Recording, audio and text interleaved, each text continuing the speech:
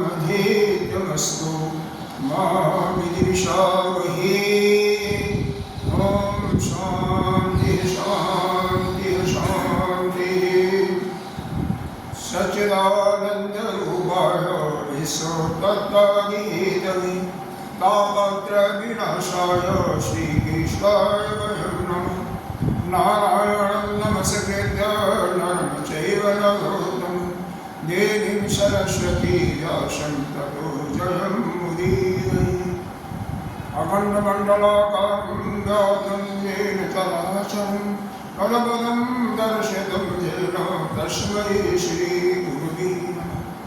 अज्ञानतिमिरान्धस्य ज्ञानाञ्जनशलाकया चक्षुरुन्मीलितं येन तस्मै श्रीगुरुवे नमः।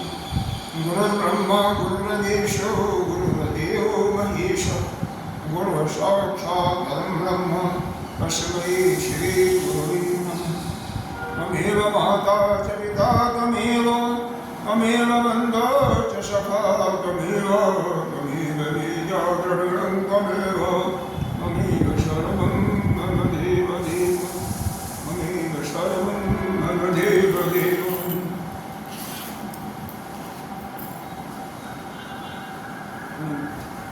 श्री भविष्यत 1008 श्री पंचायत महानिर्वाही अखाड़ा के वरिष्ठ स्वर्गीय ब्रह्मनिष्ठ महामंडलेश्वर एवं उत्तर प्रदेश संत समाज के अध्यक्ष श्री सतगुरुदेव भगवान के चरणों में कोटि कोटि नमन वंदन।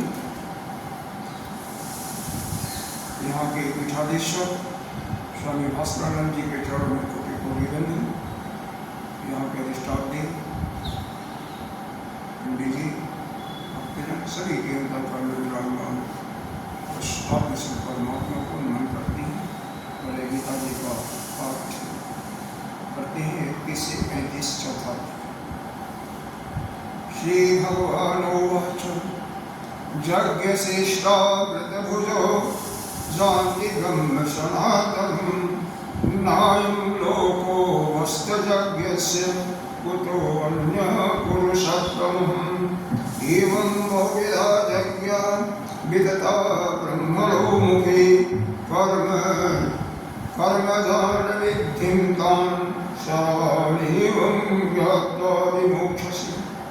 श्रेयः द्रव्यमय यज्ञ ज्ञानयज्ञफलं तपः सर्वं कर्माखिलं पार्थ ज्ञाने परिसमाप्यते। तदवेद्यं प्रणिपातेन परिप्रश्नेन सेवया उपदेक्षन्ति ते ज्ञानं ज्ञानिनः तत्त्वदर्शिनः।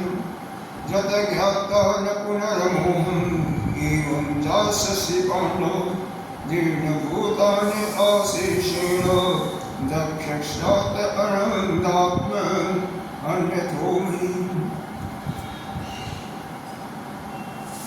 श्रीमद्भागवत दशम स्कंध। आप लोग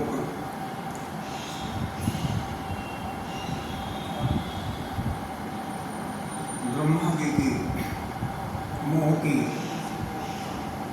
नाश की कथा सुन रहे थे। साथ ही ब्रह्मा जी ने 40 श्लोकों में जो भगवान की स्तुति की है वह बहुत ही अति सुंदर नित्य आगे करने के लिए है। जहाँ पर अपनी श्रद्धा हो उसकी आशा। आज के वेदांत में घेन का असर का उद्धार और जवानों को कार्यानाग के दिश से बचाना, इस पर हम विचार करेंगे। उसके पहले कल आप लोगों को यह बताया गया था कि कुल हमसे 10 प्रकार के पाप होते हैं। 4 मन से, 4 वाणी से, 3 मन से और 3 ही पाप होते हैं शरीर से। तो कौन कौन होते हैं? वाणी से पहला पाप है पर निंदा, दूसरा है झूठ बोलना, तीसरा है किसी को गाली देना, धमकी देना। चौथा है किसी के बात को काटते जाना, कुतर्क करते रहना, वितंडा जिसको कहते हैं। उस शादक केवल वहाँ पर शादक नहीं होता बल्कि वह कुतर्क ही होता है, उसको भी हम वाणी का एक बहुत बड़ा पाप मानते हैं। तो 4 पाप हो गए, झूठ बोलना, दूसरे की निंदा, किसी को गाली देना, धमकाना, और चौथा शरीर की बातों को तर्क करना, काटना, अपनी बात को श्रेष्ठ मानना।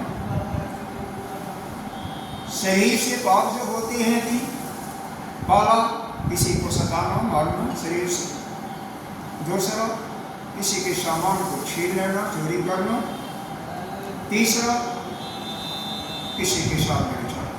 यही तीनों पाप मन से भी होती है, क्योंकि कोई कार्य इस संसार में कर्म के रूप में बाद में होता है, पहले तो वह विचार मन में आता है। तो मन में किसी के प्रति घृणा का भाव हुआ, किसी से ईर्ष्या पैदा हुई, तो उसको आप क्या करते हैं? गाली देते हैं, डांटते हैं।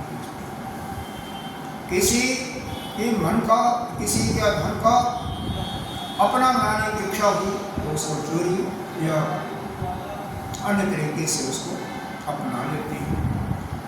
तीसरा जो है पर स्त्री को के साथ दुर्व्यवहार करने का मन में विचार आना, बाद में वो कर्म के रूप में शरीर के द्वारा परिणत होता, पहले तो मन में आ जाना, वहीं से पाप समझ जाता।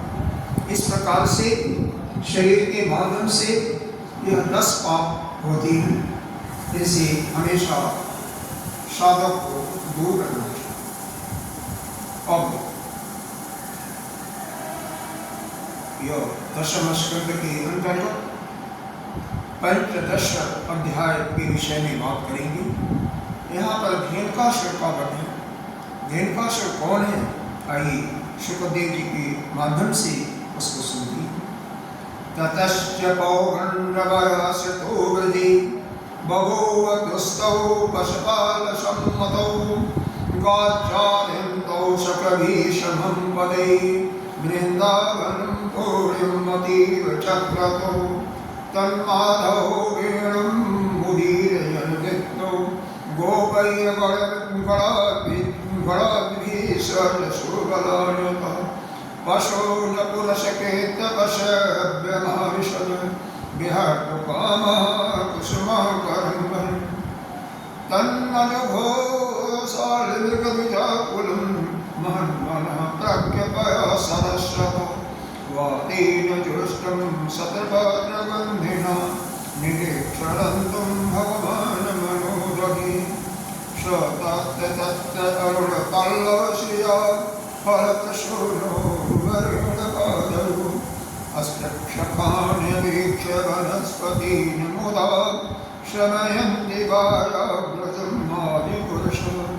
शुकदेव जी कहते हैं, हे परीक्षित, बलराम और कृष्ण पौगंड अवस्था में अर्थात 6ठे वर्ष में प्रवेश किए थे। अब उन्हें माता यशोदा और नंद जी ने गौ में चराने की स्वीकृति दी। वह अपने सखा ग्वाल बालों के सहित गौ में चराते हुए वृंदावन में भ्रमण करते हैं, जाते हैं और अपने चरणों से वृंदावन को पावन। यह जो वन है वृंदावन वन, गौओं के लिए हरी भरी घास से युक्त एवं रंग बिरंग पुष्पों से सुशोभित हो रहा है। आगे आगे गाय, पीछे पीछे बांसुरी बजाते हुए श्याम सुंदर बलराम जी और अन्य ग्वाल बाल कृष्ण के जस का गान करते हुए चल रहे हैं। ऐसा मानो इस प्रकार से विहार करने के लिए वन में प्रवेश कर रहे। ये शोभा अतुलनीय। उस वन में कहीं तो भंवरे बड़े मधुर गुंजार कर रहे थे, कहीं झुंड के झुंड हरिण चौकड़ी भर रहे थे, कहीं सुंदर सुंदर पंछी पक्षियां जाकर चहक रही थी। बड़े ही सुंदर सुंदर वहाँ पर सरोवर थे। वृंदावन की छटा की बात हो रही, जिनका जल महात्माओं के हृदय के समान स्वच्छ और निर्मल, उनमें खिले हुए कमलों के फल के फूल के जो वास है, गंध है, शीतल मंद सुगंध वायु उसको शरीर को सेवा करती है। इतना मनोहर है कि उस मन को देख करके भगवान मन ही मन उसमें विहार करने का संकल्प करते हैं। हे पुरुषोत्तम भगवान देखते हैं कि बड़े बड़े वृक्ष फल और फूलों के भार से झुके हुए डालियां और उनके नूतन कोपलों के ललमान उनके चरणों को स्पर्श कर रहे हैं। अपने भाई बलराम जी से कहते हैं,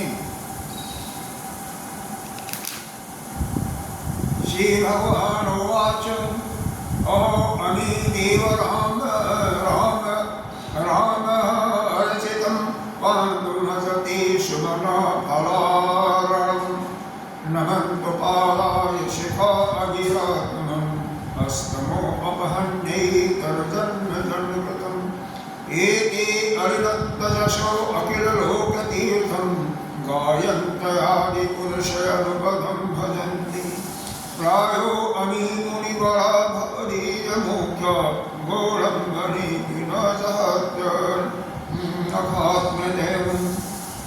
हे देव शिरोमणि, जो तो बड़े बड़े देवता आपके चरण कमलों की पूजा करते हैं, परंतु देखिए ये वृक्ष अपनी डालियों से सुंदर पुष्प और फलों की सामग्री लेकर के आपके चरणों की तरफ झुक रहे हैं, नमस्कार कर रहे हैं। क्यों न हो, इसी सौभाग्य के लिए अपना दर्शन विश्रम करने वाले अज्ञान का नाश करने के लिए वृंदावन में वृक्ष योनि ग्रहण किया।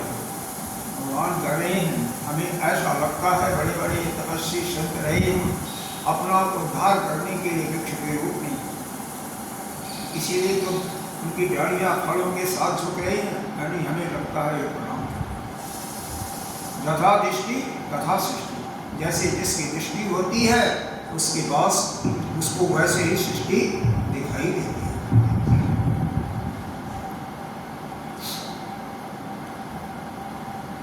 कह रहे हैं भगवान अपने ऐश्वर्य को छिपा करके बालकों के रूप में स्तुति कर विचरण। बलराम जी से कह रहे हैं, भाई वास्तव में आप ही स्तुति करने योग्य।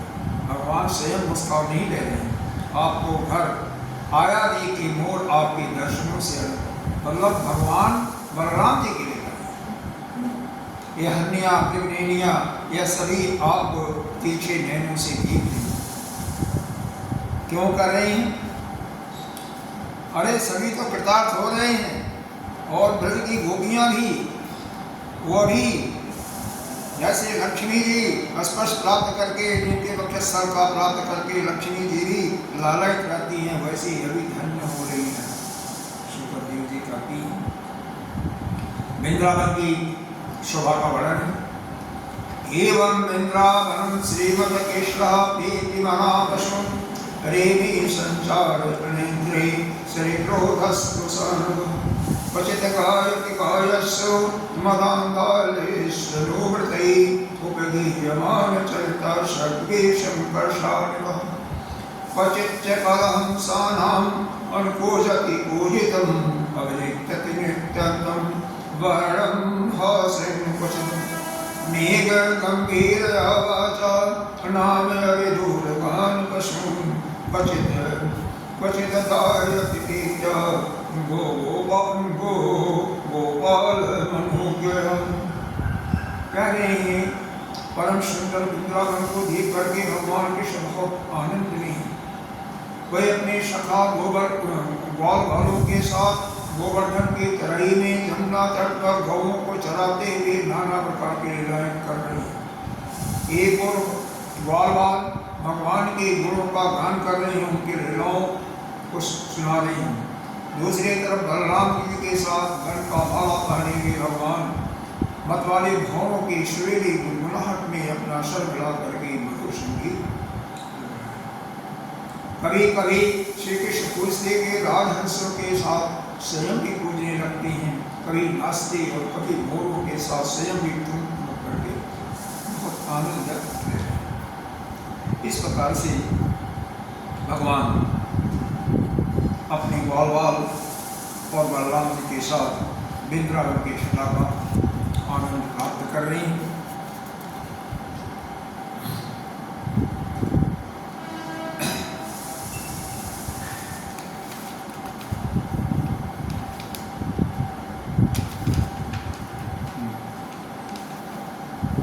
अन्येत अनुरूपाणि मनोज्ञानि महात्मनः गायन्ति स्म महाराजा सेन कल्लन्धियसनि। किसी किसी के हृदय में प्रेम की धारा उमड़ आती तो वह धीरे धीरे उस परम मनस्वी श्री कृष्ण के लीलाओं के रूप मन को प्रिय लगने वाली मनोहर गीत गाने लगता। भगवान इस प्रकार से अपनी योग माया से ही अपने ऐश्वर्य को छिपाते हुए नाना प्रकार के लोक बालों के साथ लीला कर रहे हैं।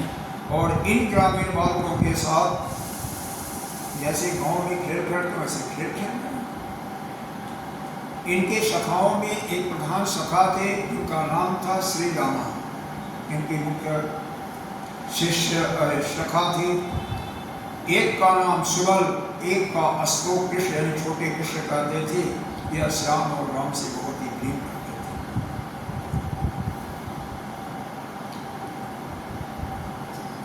यहाँ पर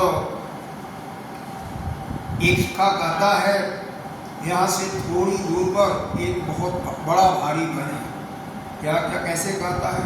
राम राम महाबाहो कृष्ण दुष्ट निर्वण एतो विदूरे शुभवनम कालानि शंकुन फलानि तत्र भूर्मरे पतन्ते पतितानि च शन्ते किन्तु परोद्धानि हीनके दुरात्मनः श्रोते वीरो वशो राम हे कृष्ण खररूप धिक आत्मकुलवन्ने अन्ने ज्ञातवे बहु भीव्रत। करें नाना प्रकार के, जिसका नाम है काल, नाना प्रकार के वहाँ पर वृक्ष हैं और वृक्ष के फल इतने स्वादिष्ट सुगंध हैं कि दूर से देख करके उनको देख करके मन जो है खाने के लिए लालायित होता है। और ताड़ के फल पक पक करके गिर गए थे, लेकिन बहुत से गिरे थे, लेकिन उसका रखवाली एक धेनुका नाम का राक्षस करता है। वह क्या है? कहते हैं वह लोभ का प्रतीक है। लोभी पुरुष न तो खुद किसी चीज का सेवन करता है और न तो दूसरे को सेवन करने देता है। वह जो गिरे हुए फल हैं उसको भी किसी को खाने के लिए इजाजत नहीं देता, और जो जाता है उसको दुलत्ती मार करके मार डालता है। सभी मनुष्य, सभी बच्चे, बाल बच्चे उसके धेनुका सिर के डर के कारण उस वन में नहीं जाते हैं। देखो ना, हे कन्हैया, देखो चारों तरफ उसके फलों की गंध जो है, भाष है, वह हमें पीड़ित कर रहा है। हमारे अंदर उसका रस पीने की इच्छा कर रहा है, खाने की इच्छा कर रहा है। हे कृष्ण, इस सुगंध से मेरा मन मोहित हो गया है, हमें यह फल तुम अवश्य खिलाओ। वो जो ताल के वृक्ष थे और सुंदर सुंदर स्वादिष्ट थे, उनको क्योंकि किसी को खाने नहीं देता, वो लोभ का प्रतीक है, गधा के रूप में, लेकिन बहुत बलवान था। कहते हैं एक परिग्रह होता है। यह योग दर्शन में पातंजलि जी ने बताया है, योग के पाठ काला बताया है अहिंसा, फिर सत्य, अस्तेय, ब्रह्मचर्य और अपरिग्रह। अहिंसा मतलब किसी को सताना नहीं चाहिए, किसी को सताना, दूसरा कोई किसी को पीड़ित कर रहा, उसमें कुछ भी नहीं बोलना, वो भी हिंसा का ही पार्ट है। आप यदि समर्थ हो तो उसको डांटो, मना करो कि उसको न पीड़ित कर। किसी से किसी को मारवाना वो भी हिंसा का पार्ट है। आपके कारण किसी की हिंसा हो रही, वो भी हिंसा है। दूसरा सत्य का पालन हमेशा करना चाहिए, लेकिन सत्य भी त्रिसत्य होना चाहिए। ऐसा नहीं कोई अंधा है उसको अंधा नहीं बनना, कोई लंगड़ा है तो लंगड़ा नहीं बनना, क्यों उसको अच्छा नहीं करना। तो अहिंसा सत्य और अस्तेय, अस्तेय का मतलब दूसरे का सामान पत्थर जैसे डालो, समझो मिट्टी जैसे, उसको मत छो। चौथा ब्रह्मचर्य का पालन करो, किसी की सुख ऐश्वर्य भोग को देख करके आप उसको भोग पाने की क्षमता। और पांचवा तो है अपरिग्रह, ज़्यादा से ज़्यादा सामान इकट्ठा न करो। आपको अगर 2 कपड़े की जरूरत है 2 रखो, मैक्सिमम 3 रखो, 50-100 नहीं रखना है, 10-20 नहीं रखना है। तो अब यहाँ पर देखिए धेनुकासुर को जो खा सकता था 10-20 और उतना खाना चाहिए था, बाकी तो लोगों को खाने देता, लेकिन ऐसा नहीं करता, वो लोग का देखता, न खुद खाए न किसी को खाने देता। भगवान ने कहा कि भैया तो फल खाना ही है, कैसे करें, बहुत बलवान है। बलराम जी के पास जैसे उस जंगल में जाते हैं, वो पीछे से दुलकती मारता है, भगवान पीछे हट जाते हैं। दोबारा जब ऐसा करता है तो क्या करते हैं, वो बड़े जोर से रेंगता हुआ आकर के और क्रोध में बलराम जी के पास पहुंच करके उनकी वो पीठ करके बड़े क्रोध से दुलकती पीछे टांगों से मारता है। बलराम जी ने अपने एक हाथ से दोनों उसके पैर पकड़ लिए और जोर से घुमाते हैं, और जोर से घुमाने में वहीं पर उसका प्राण निकल जाता है। उसके गिरने की जोर से वह महान ताड़ का वृक्ष, जिसका ऊपरी भाग बहुत विशाल था, स्वयं तो गिरा ही, सटे हुए दूसरे वृक्षों को भी तोड़ डाला। और क्या, तीसरे चौथे सभी वृक्ष, काफी वृक्ष उसमें गिर पड़े और सारे फल भी। नाथो महाकालो वेगमानो विलक्षण पार्श्वस्थं कंप्रियं भग्न सहस्रार्णं सविचारं बलशरीरोतशिष्ट करदेहताप तालाशकंपी सर्वे महावतीतायो।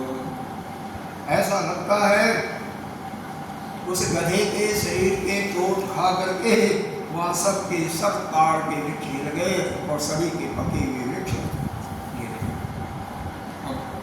उन्होंने कहा ठीक है भैया खाओ, जिसको जितना खाना हो, सब के सब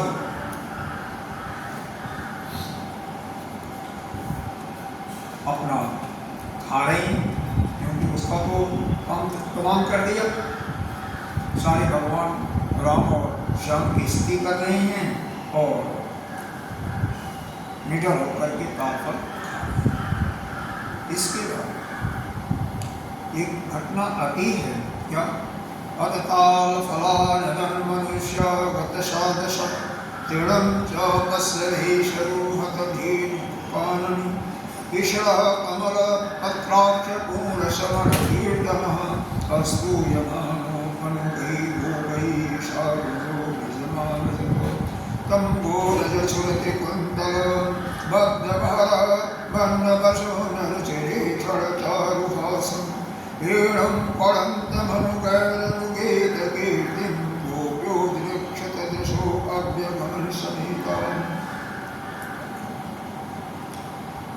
कृष्ण और बड़े भाई बलराम जी के साथ रजनी आई। उस समय उनके साथी जो गोप थे वो भी चलते हुए उनकी मस्ती करते हुए आ रहे हैं।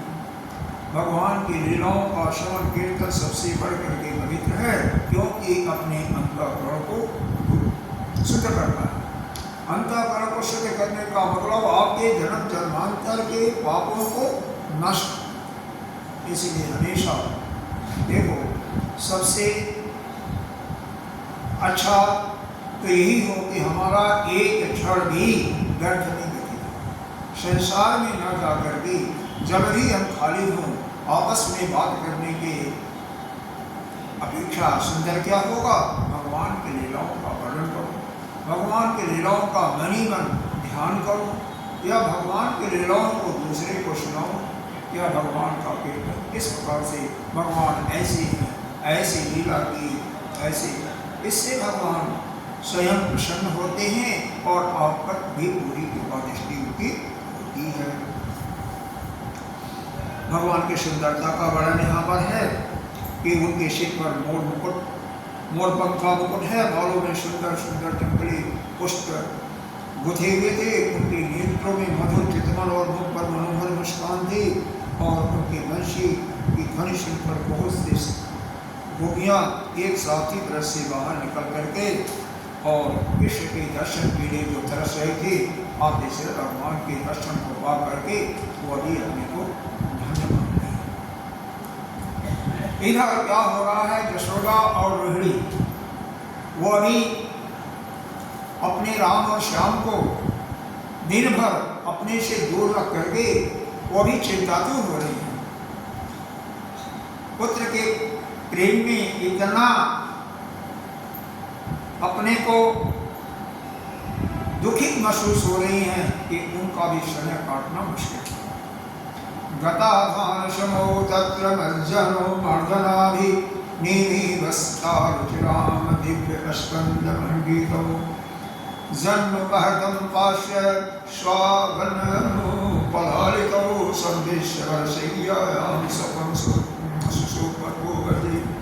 कह रहे हैं माताओं ने उनको तेल उटर लगा करके अच्छी तरह से स्नान कराया, दिन भर घूमने फिरने के जिससे रास्ते की थकान थी वो दूर हुई। उन्होंने सुंदर वस्त्र पहनाया, पुष्पों की माला और फिर चंदन लगाया। देखो यहाँ पर भगवान को चंदन लगाना यह नहीं है सवेरे ही लगाओ, यह समझो कि भगवान थक गए हैं उनको स्नान कराओ, और जब आप स्नान करो तो उनको भी स्नान करो, आप भोजन करो तो उनको भी खिलाओ। ऐसा देखो भगवान को मानो तो वह जीवित मूर्ति है और नहीं मानो तो पत्थर।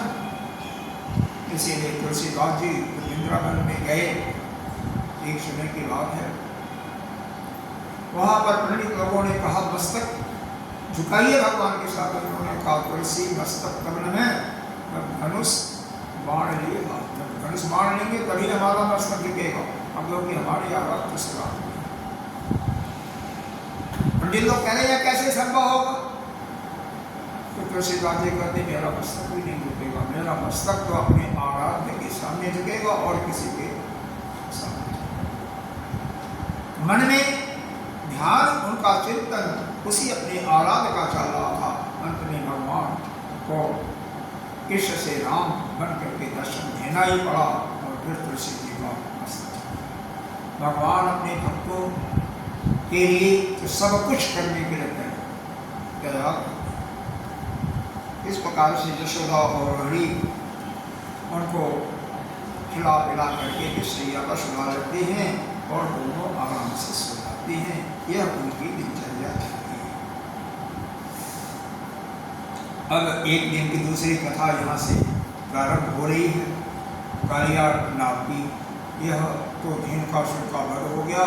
अब वह जंगल सभी के लिए, काल के जो वृक्ष है काल बन के सभी के लिए खुले हो गए, जो चाहे वो अपना खा सकते हैं। आगे की कथा क्या है? एवं स भगवान केशव वृंदावन चला क्वचित गजौ रामलीलाधं कालिन्दीं सखी अभिवृता अथ भावश्च गोपाश्च निदाभापीडिता दुष्टं जलं पपुस्तशा दिशार्ता विषदूषितं विषाम्ब अस्तदुपस्य कृष्य दैवोपहत चेतसः निपीड्य सः सर्वशरीरं। वृंदावन में नाना प्रकार की लीलाएं करते हुए एक दिन अपने ग्वाल बालों के सहित जमुना तट पर जाती है। उस दिन बलराम जी साथ में भी थे। जेठ आषाढ़ का मौसम था। गौ में घास चर करके प्यासी थी, ग्वाल बाल भी प्यासी थी। लेकिन वहीं पर एक कालिया नाम का वो अपने परिवार के साथ एक बहुत बड़ा विषैला सर्प रहता था। नाग वह पूरे जमुना के उस एरिया के जमुना के पानी को दूषित कर रहा था। यहाँ तक कि जब हवा चलती थी पानी की बूंदें जहाँ गिरती थी जिसके ऊपर वो भी नष्ट हो जाता, उसको मृत्यु हो जाता। अब जो कि ग्वाल वालों को ध्यान नहीं आता है, वह गायों को भी, तो गायों को तो जहाँ ग्वाल वाले ले जाएंगे वो पानी पी लेते, सभी मूर्छित हो जाते हैं, यानी सभी मृत्यु के ग्रास कर जाते हैं। भगवान को जब मालूम होता है, सबको तो अपने जोग माया से अमृत की वर्षा करके सबको, सबकी मूर्छा को जगा देते हैं, यानी सबको जिंदा कर देते हैं विशेष। लेकिन उनको बहुत क्रोध होता है। यहाँ पर तो ऐसा वर्णन है और उस क्रोध से उस कालिया नाग को मारने के लिए उसी में कूद पड़ते हैं, कालिदाह में कूद पड़ते हैं। लेकिन दूसरे ग्रंथों में इसकी कथा ऐसे आती है कि वह अपने ग्वाल वालों के साथ गेंद खेल रहे थे। वो एक श्रीरामा का गेंद था और भगवान जब बैट से अपने मारते हैं, जैसे आजकल क्रिकेट खेलते हैं वैसे गेंद, बच्चे उस समय तो ऐसे चलता था, ऐसा मारा कि गेंद जो है उस जमुना नदी में चला जाता है जहाँ पर कालिया नाग का वास था। अब वो श्रीरामा कहता है कन्हई भाई मेरा गेंद कर दे भैया, घर चलो, एक के बजाय तुम्हें 10 गेंद दे देंगे। यह गेंद तो मिल नहीं सकता क्योंकि वहाँ पर तो कालिया नाग रहता, कहता नहीं हम तो लेंगे, अपनी गेंद लेंगे। भगवान डाल की डाल अटक जाएगी, उस पर चढ़ करके कूद जाते। यहाँ पर वर्णन है कि भगवान आगे ठोकर के वैसे कूद जाते हैं। बात तो एक ही है, मुख्य बात यह है कि भगवान उस कालिया नाग जहाँ पर निवास करता था उस कालिया कुंड में प्रवेश करता। अब वहाँ पर क्या घटना हो रही है उसको सुनिए। राजा परीक्षित के मन में एक प्रश्न आता है, क्या कथम अंत जड़ेगा दे न्यायहाद भगवान हिम स वै बहुजुगा भाषम तथा अशीत विप्रकथनम ब्रह्मन् भगवतस्य भूम्ना सक्षन्तवर्तिनः गोपालोदार चरितम कस्त्रिप्यते पिप्यतामृतम जिषुन्। इस प्रकार भगवान उस अगाध जल में, अगाध मतलब जो भयंकर जल था उसमें दमन करते हैं, कालिया नाग को मारते हैं। कालिया नाग तो जलचर जीव नहीं था क्योंकि सांप जो है जल में नहीं रहते हैं। तो यही परीक्षित, राजा परीक्षित प्रश्न पूछ रहे हैं, जब वह जल में रहने वाला जीव नहीं था तो जल में कैसे रह रहा था, अनेक युगों तक जल में कैसे रहा, यह मेरे को बताइए। हे भगवान आप तो अनंत है, किससे करा? शुक्रदेव जी से कर रही अपनी लीला प्रकट करके भगवान सक्षम में ओह विहार करते हैं। गोपाल रूप से उन्होंने जो यह लीला की वो अमृत स्वरूप है, उनके इसके सेवन से कौन तृप्त नहीं हो सकता। इस कथा को हमें विस्तार में सुनने की हमारी इच्छा है, इसलिए यह कालिया नाग का जो वर्णन किया भगवान ने, इस कथा को आप विस्तार से सुनिए। राजा परीक्षित शुक्रदेव जी से, शुक्रदेव जी कहते हैं ठीक है सुनिए क्या कहते हैं। श्री शुकवाच कालिंद्यां परिजस्यसीदसतः कश्चित् विशालिनः शक्यमाणपयाजस्मिन् मतन्तपरिवाहम् विप्रस्मता विषादोर्मि मारुतेनाभिमर्शिता म्रियन्ते तीरगाजस्य प्राणिनः स्थिरजङ्गमम् तम चण्डवेगविशरीर्यम् अवेक्षते दुष्टां नदीं च कलसञ्जमनावता ईशाकदम्ब अधिरूय ततो अतितुङ्ग मा स्फोट्यगाढरसनो विशोधि। हे परीक्षित, जमुना जी में कालिया नाम का एक कुंड था। कुंड कहते हैं जलाशय, गहराई होती है, उसका जल विष से गर्मी के कारण खौलता था। विष में बहुत गर्मी होती है, इसीलिए जब कोई पी लेता है गलती से भूल करके भी तो उसके पेट में बहुत ज़्यादा गर्मी होती है। यहाँ तक कि कह रहे हैं ऊपर से जो उड़ने वाले पक्षी होते थे उसमें झुलस करके उसमें गिर जाते थे। उसके विषैले जल के उत्ताल तरंगों का आसपास तथा उसकी छोटे छोटे बूंदें जब वायु से बाहर जाती तो घास पात वृक्ष पशु पक्षी जिनको स्पर्श करते सभी मर जाते।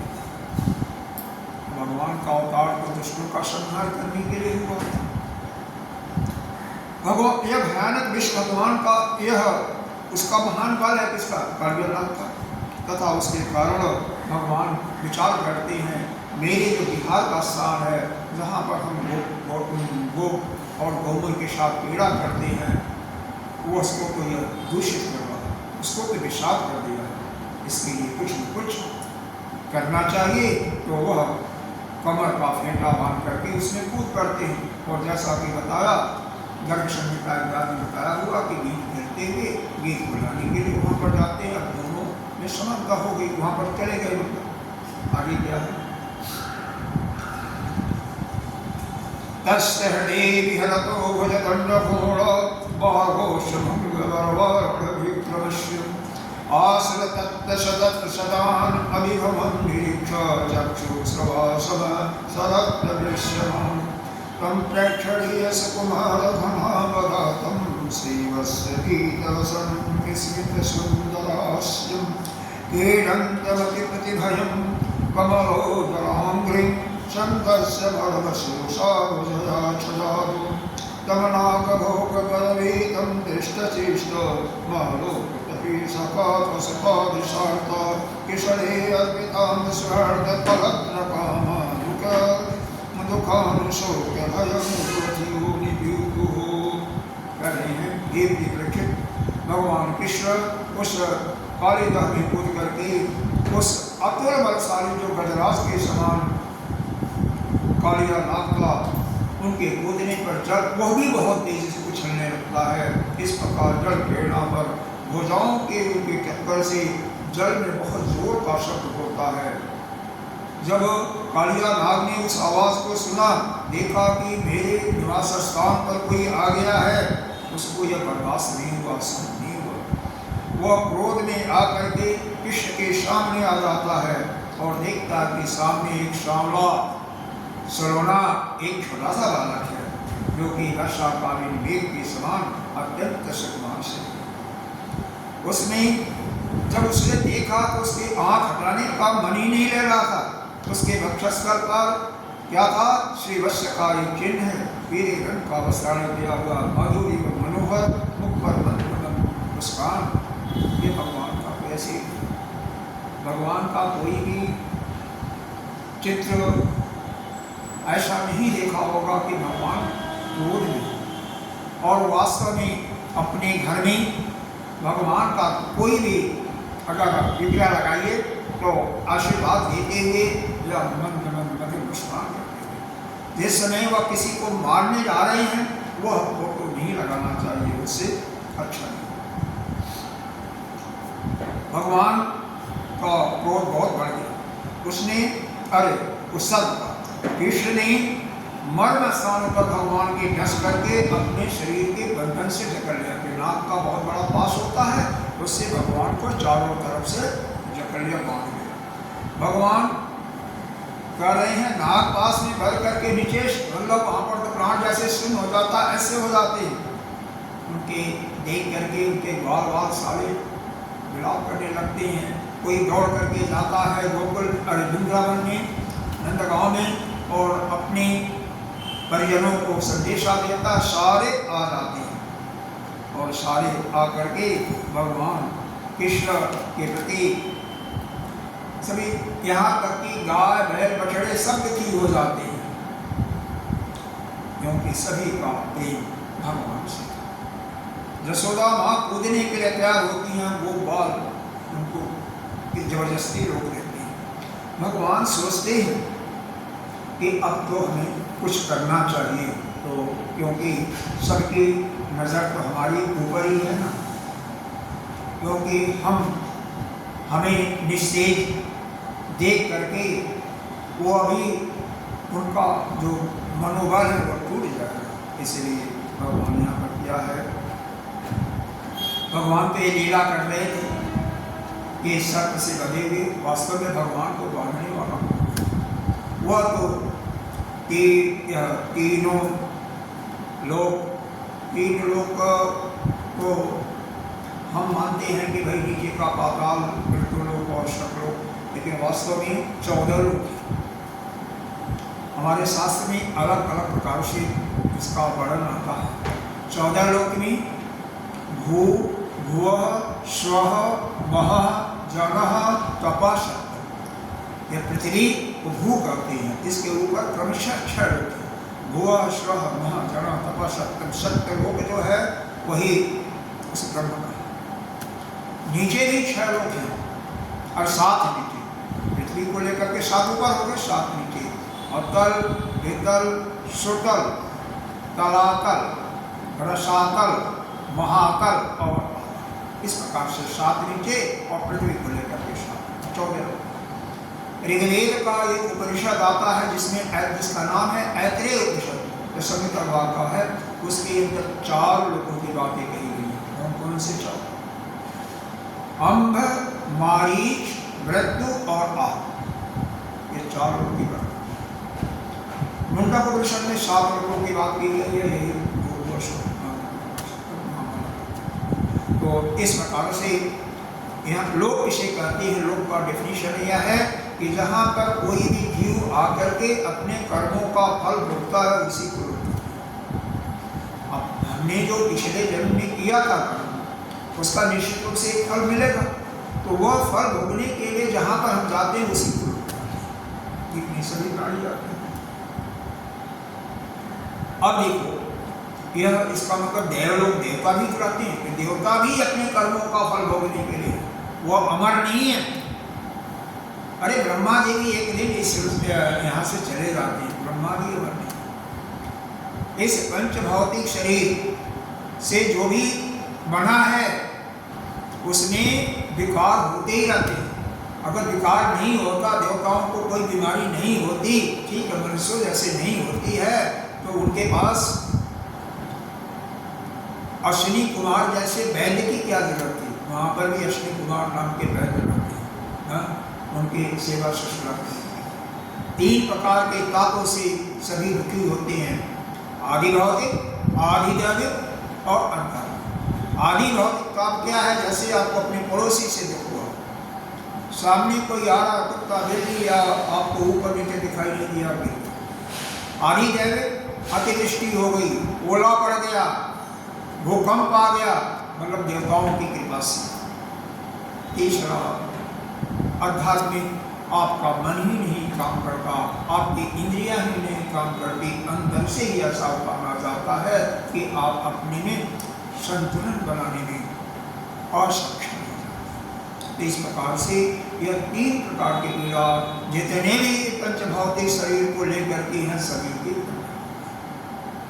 केवल एक वही है ब्रह्म, क्योंकि वह इस पंचभौतिक शरीर से है ही नहीं। वह इन तीनों, यह 3 प्रकार के जो भी तीनों से अलग है। उसका तो कोई याद नहीं, रूपी में तो कोई होगा ही नहीं। उसकी व्यतिरिक्त जितने भी हैं, जहाँ भी हैं, सभी लोक में हैं। सभी एक दिन आए हैं, एक दिन चले जाएंगे, और जितना कर्म किए हैं उसी का फल होगा। कोई बहुत ज़्यादा जगह करता, वही तो देवता बनता है, वही इंद्र बनता है। सब जब करके इंद्र कोई बन गया, जैसे वाली को भी भगवान ने 99 तक करके 100 तक चल रहा होता, तो उसको अंत में वरदान मिलता ही है कि भाई तुम अगले कल्प में तुम बनोगे, इंद्र बनोगे। तो ठीक है, बनेगा तो सही, कोई अपने पूर्ण कर्म के कारण बनेगा, लेकिन एक समय चला जाएगा।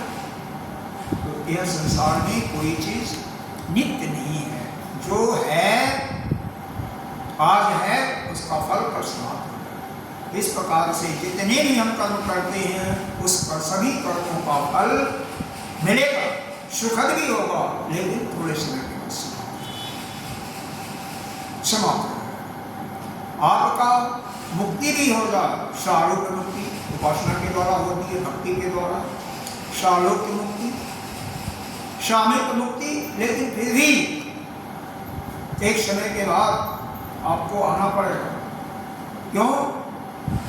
पीछे दृष्टांत आता है जय और विजय भगवान के पार्षद थे भगवान विष्णु के, उनको भी 3 जन्मों में श्राप के कारण राक्षस बनना पड़ा। एक जन्म में रावण कुंभकर्ण बने, एक जन्म में रावण और कश्यप और हिरण्यकश्यप बने, और एक जन्म में शिशुपाल और बने। तो आना सभी क्यों है पूर्ण क्षीण होने के बाद, इसलिए इससे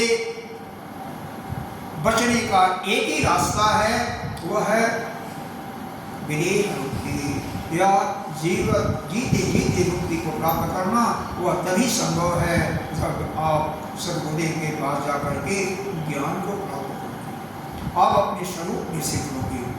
इसलिए जो गुरु है श्रोत्रिय ब्रह्मनिष्ठ, वेद को भी जानने वाला है, वेद के अर्थ को भी समझाने वाला है, और स्वयं अपने रूप में सिद्ध है, उससे जा करके उसको प्रसन्न करो, उससे कृष्ण सेवा करो। परिकृष्ण ने परिसेव्या, अभी आया था गीता जी के 4वें अध्याय में श्लोक पढ़ा था, और उससे प्रश्न पूछ करके अपने जीवन का करना है। तो ये भगवान तो यहाँ पर एक लीला कर रही है। तम जेवादिशकया परिलेलिहानम देशिकड़े चिकराल विशावनि दृष्टिम केलम उपरिषद ससाद तथा खगीन्द्रो भगवानशोपप्रवसरं प्रसमीक्षण। क्या सुंदर है। उस समय काली नाग अपनी दूहरी जो जीव थी उसको लौटा करके अपने होठों के दोनों किनारों को चाट रहा था, और अपनी विकराल आंखों से विष की ज्वाला उगल रहा था, और अपने वाहन गरुड़ के समान भगवान कृष्ण उसके साथ खेलते हुए पैतरा बदल रहे थे। वह सांप भी उन पर चोट करने का दांव देखता हुआ पैतरा भी बदल रहा था। इस प्रकार पैतरा बदलते बदलते उसका बल क्षीण हो जाता है। तब भगवान कृष्ण ने बड़े बड़े सिरों को अपने पांव पर इस प्रकार से जो सिर ऊपर उठाता था पर उसी पर पैर से दबा देते थे, और ऐसा लगता था सहस्त्र फन है, सैकड़ों फन है, भगवान इसी पर नृत्य कर रहे हैं। तो भगवान इसको लेकर के ऊपर आ जाते हैं, सारे बल खुश हो जाते हैं। जो उन पर एक विषाद का, चिंता का एक मासूपना आ गया था, वह दुखी हो गए थे, उससे वह पुनः वर्षित में पड़ गए, और उसकी मस्तकों पर वह लाल लाल बढ़िया थी। भगवान के स्पर्श से कलुओं की लालिमा और बढ़ गई। इस प्रकार से नित्य गान भगवान कर रहे हैं।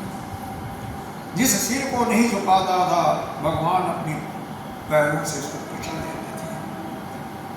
अब इसके बाद क्या है, नाग की पत्नियां वह समझ जाती हैं कि यह कोई अन्य नहीं है, यह तो वही परमेश्वर है। वो हाथ जोड़ करके प्रार्थना करेंगी। यह भी नाग की पत्नियों ने जो स्तुति किया है, यह भी सुनने योग्य है और करने योग्य है। नायो हि दण्डकल्वशेष्मिन् तवावतार गणनिग्रहाय रिपोषतान पितुर्दृष्टि दर्शितनं फल एवानुशंसम्। हे प्रभु, आपका यह अवतार तो दुष्टों को दंड देने के लिए हुआ है, इसलिए अपराधी को जो दंड दे रहे हैं ठीक है, उचित है। आपके दृष्टि में शत्रु और पुत्र का कोई भेद नहीं है। आप जो किसी को दंड देते हैं वो उसके पापों का प्रायश्चित करने हेतु और उसके कल्याण के लिए देते हैं। और काफ़ी श्लोकों में वर्णन किया गया है। 34, 33, 53, 20, 21 श्लोकों में 22 अनुग्रह अयं भवतः कृतो हिनो दंडो वस्तामते खलु कल्म शावः जगदन्त सुकन्दम् अवश्य देहिन क्रोधो पिते अनुग्रह एव समः तवासतत्तं किमनेन गुर्भं निरस्तमानेन च माननेन धर्मो अथवा सर्वदानुकम्पया जगो भवान् सर्वदेव। इसलिए हम लोगों पर आपका यह बहुत अनुग्रह आपने किया, आपका यह कृपा विशाल है, क्योंकि आप तो दुष्टों को दंड देते हैं। जिससे उनके सारे पाप नष्ट हो जाते हैं। इस सर्प के अपराधी होने में कोई संदेह नहीं है, और ये अपराधी नहीं होता तो इसको सर्वयुनि को मिलती है। इसीलिए हम सच्चे हृदय से आपसे प्रार्थना करती हूँ। आप सभी जीवों पर दया करने वाले हैं, और इनसे भी कोई बड़ा धर्म किया है तभी आप इस पर संतुष्ट किए हैं और आपने दर्शन दिए हैं। इस प्रकार से नाम की पत्नियाँ इन पर बहुत प्रार्थना करती हैं। भगवान खुश हो जाते हैं और उसको छोड़ते हैं। वो भी स्तुति करने लगता है। वह प्रश्न कुछ पूछता है, वह सुनने योग्य है।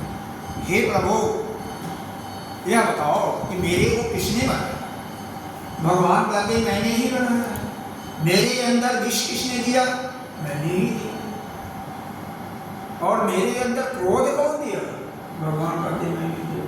तो कहता है भगवान बोलो, मेरा दोष क्या है? आपने बनाया, आपने मेरे अंदर जहर दिया और आपने मेरे अंदर क्रोध भी दिया, तो हमारा क्या दोष है? सारे करने धरने वाले तो आप ही होना। और वो भी स्तुति करता है। एक दूसरे पढ़ देते हैं। तद संस्परेण मर्ततुभ्यं मदो अनुशासनं केतन भयो संध्यो नजसमध्या माप्नुयात् जो अस्मिन् स्नात्वा मदागिरे देवादि तपः जले उपोषमान् स्मरन् चेत् सर्वपापैः विमुच्यते। भगवान यहाँ पर कुछ सुना रहे हैं।